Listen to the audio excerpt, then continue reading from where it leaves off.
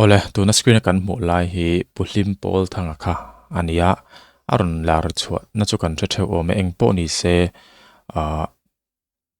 he thil hi kalangai thlabik lova he tilai karon da chani chu a thumbnails kha aron lang si lova ti hian karon tilang mai nia thumbnails a hanin Hlimpawlthanga hi karon munol meya ani hi lo zaithiam viau ni turania engpo ni se atira tang hian in ngai thlachin te o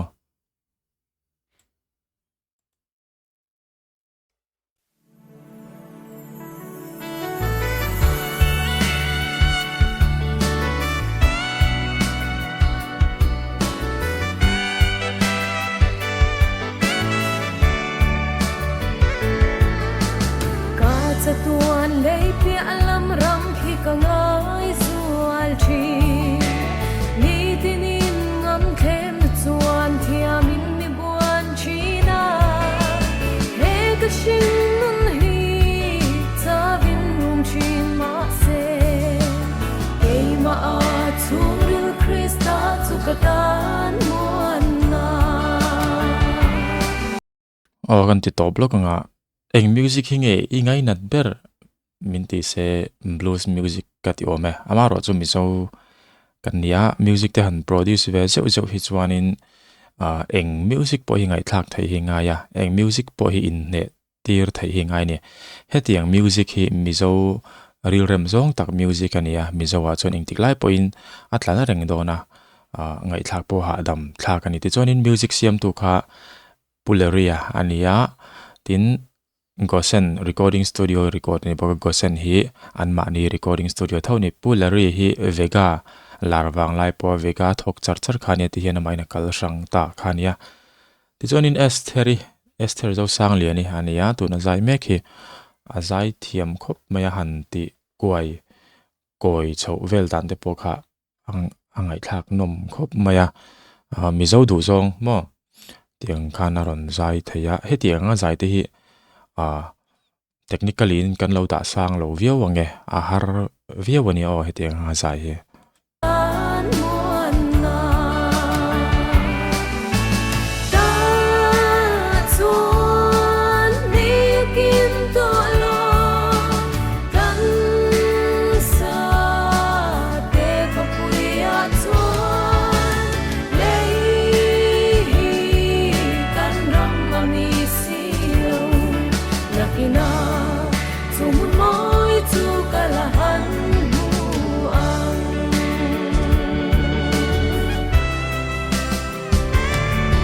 akin san Hlimpawlthanga ron lang ta akiron in sana transition po moi khop mai ki transition po pulari hi music thiam lutuk mai nia guitar po perve trinin ka ria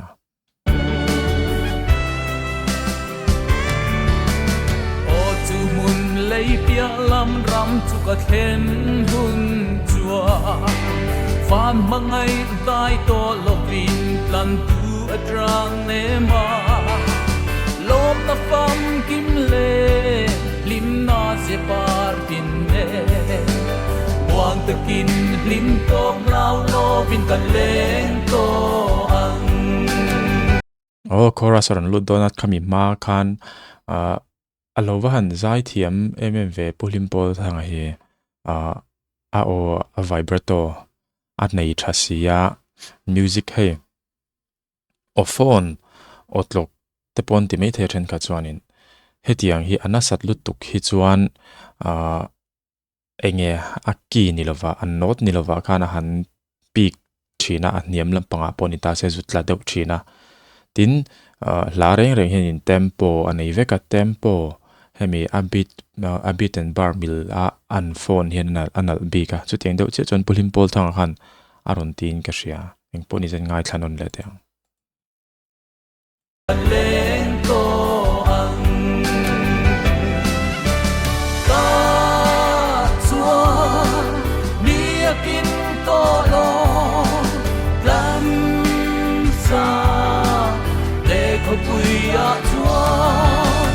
le hi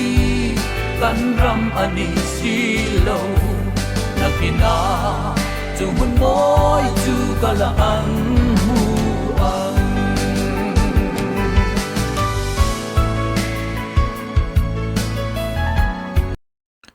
he mi hla hi he hla hi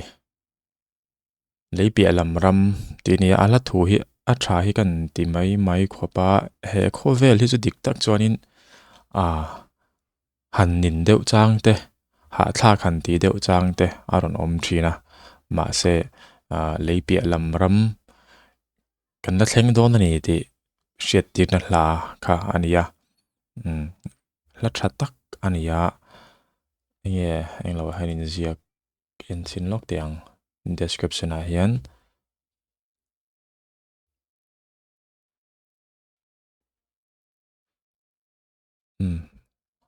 engvak lutuk chun ziak lo ni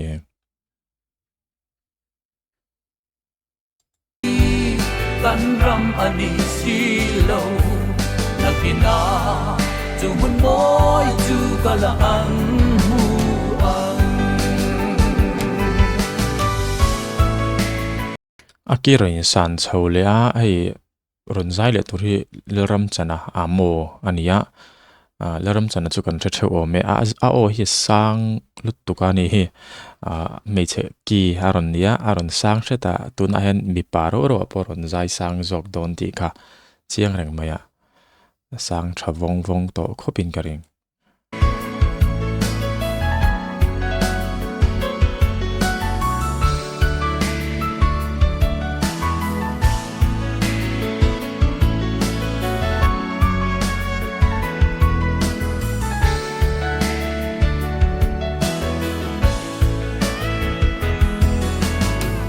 Khô ver mang ăn buai na reng om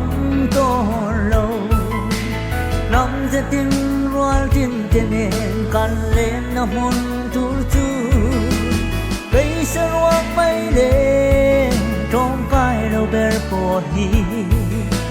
thang dam dum a ma ngai na chuan men thi reng ne leram chana hi chu zaithiam ti kan hriat sa khania chu hmuna ti tang ron lar chauh khani nge ngeya a o hi unique lutuka a o ang hi wang viau dona kan mizo zaithiam te jinga po hian ani hi pumal soma te pon an fiam thin khamo zarada hi he via wa he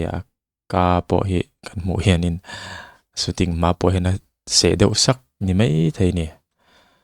poni se ngai thla zom zelang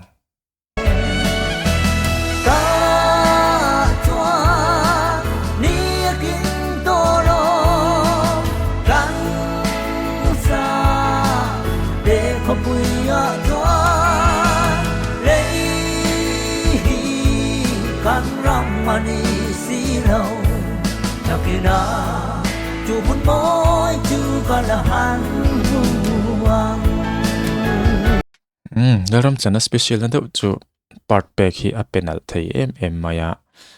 tuna po han ama zai khalo ngai thlaula ama thowin part kharun pe a sang chi zokin tingo kan hre thiam thei dan turin aron pe wang mai ngai thak nom khop metin recording studio ko sen an thiam an recording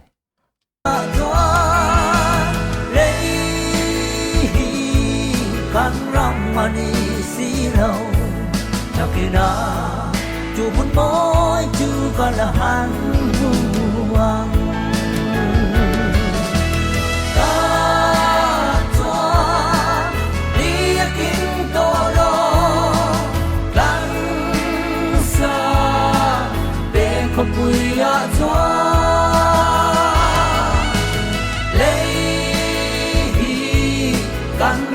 mani si lo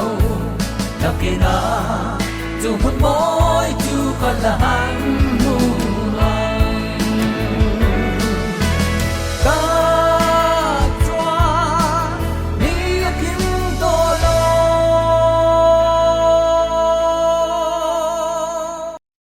khaya top na chu Hlimpawlthanga po lo zai sang thei wang le maya chu kala han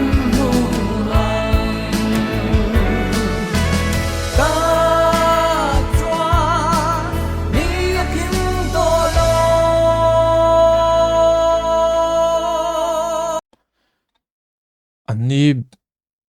group hi enge min kha tir han rin zekin ka shia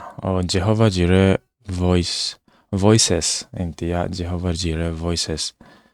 hemi baki music video dang hin siam talo nge chu ka shelawan zaithiam hlom sia han siam zel se chu du thu sam chu ni tin Hlimpawlthanga hi thumbnail sa ron lan atang po kechi ka ti do mai ni san chu leram chanai chu kan threto a esther hi chu kan la she em lo ma se alo zaithiam ani he